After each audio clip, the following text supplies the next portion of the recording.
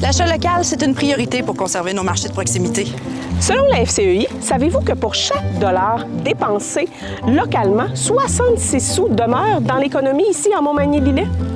Avec cette série, ce qu'on souhaite, c'est de créer l'habitude de faire des achats locaux. C'est pourquoi nous sommes allés à la rencontre de différents producteurs de la région. Nous vous présentons aujourd'hui les trésors cachés de Montmagny-Lillet.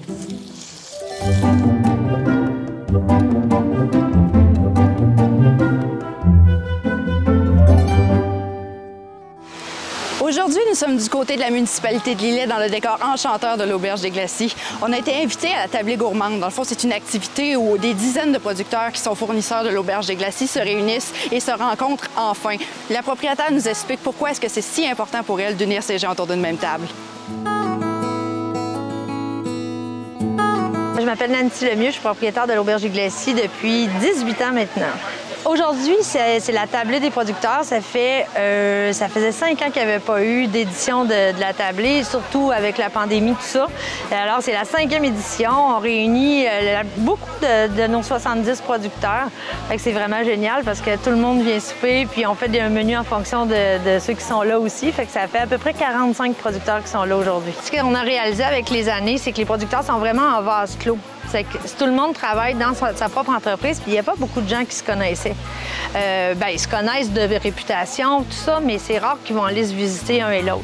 Au début, on avait fait des capsules Glacis.tv, on avait une web télé avant que ça soit la mode, là.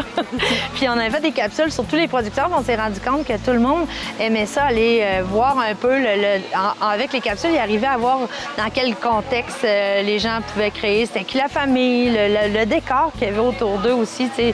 Quand on va sur les lieux d'une ferme, mais là, on voit la vue sur le fleuve, tout ça. Fait qu'on arrivait plus à capter l'essence de chaque producteur. Puis là, on me dit, hey, ce serait le fun de tous les avoir à la même table. J'avais sorti ça à un moment donné en blague dans une conférence sur les produits du terroir. J'ai dit, moi, mon rêve, ce serait d'avoir mes 70 producteurs qui soupent en même temps. Puis évidemment que quand je suis revenue de l'activité, c'était en Estrie. J'ai dit, on pourrait faire ça. J'ai invité en me disant, il n'y a pas personne qui va venir. Puis celle-là, c'est la 5e édition.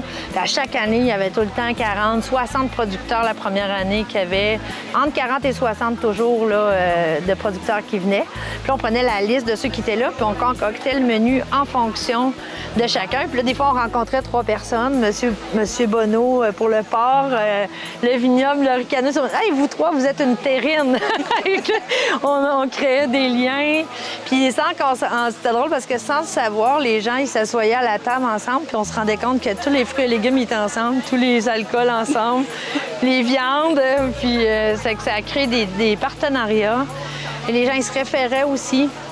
Ça a créé une synergie entre les producteurs parce que, dans le fond, moi, je dis toujours que les producteurs, c'est nos attraits touristiques. T'sais, on n'est pas à côté d'une montagne ou d'un casino. Nous autres, c'est le terroir qui est l'attrait touristique dans la région.